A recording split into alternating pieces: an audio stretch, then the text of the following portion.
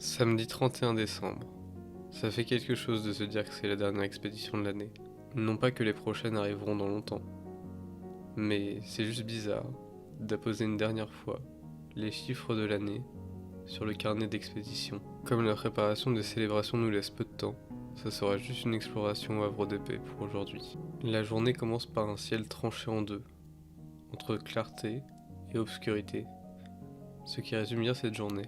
Calme, parfois lumineuse, d'autres fois ombragée, mais pas de trop, toujours dans le juste milieu. Quelques oiseaux rares se montrent, comme pour nous donner le goût d'y revenir. Mais ces observations devront attendre, car dans nos descriptions d'oiseaux communs, il y en a encore un qui n'a pas été en tête d'affiche. Alors, comme cela ne serait pas juste de ne pas lui donner son moment de gloire aussi, intéressons-nous à cette espèce qui a aussi ses habitudes aux mangeoires. Streptopellia decaocto est en effet une amatrice des graines que l'on peut lui distribuer. Le nom latin de la tourterelle est un petit peu alambiqué. Streptopellia signifie colombe à collier. Jusque-là tout va bien, la tourterelle possède effectivement un collier noir. En revanche, decaocto signifie bien entendu 18.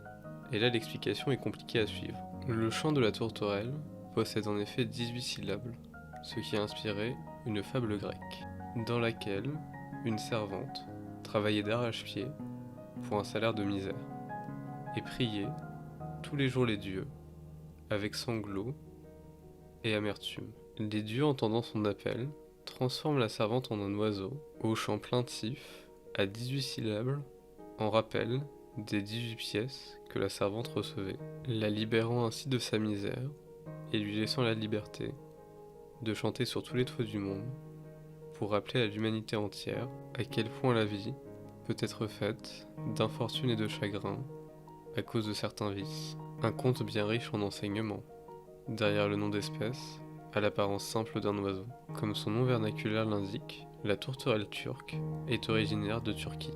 Mais l'espèce est aujourd'hui cosmopolite, présente sur l'entièreté du globe.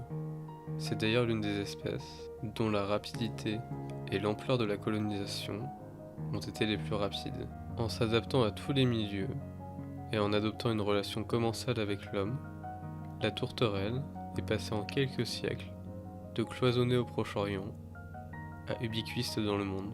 Les capacités de reproduction de la tourterelle ne sont pourtant pas impressionnantes. Comme le pigeon, elle construit un nid incroyablement basique. Parfois moins d'une dizaine de brindilles supportent le poids de 2 massifs œufs blancs. Comme il y a beaucoup de casse, c'est la technique du nombre qui permet à la tourterelle de se reproduire efficacement.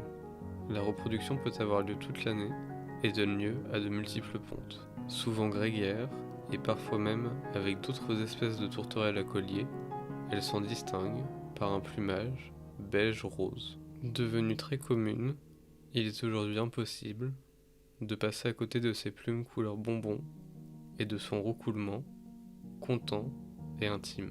En se rapprochant une dernière fois, toujours plus près, les mésanges à longue queue remportent officiellement la palme de l'oiseau rare, le moins rare de cette année.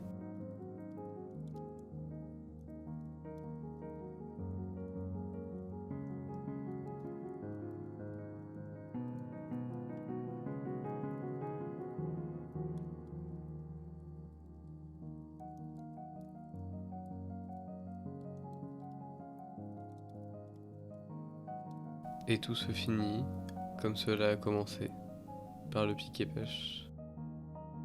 Eh bien, il est temps de rentrer une dernière fois au chaud pour conclure cette aventure. À demain.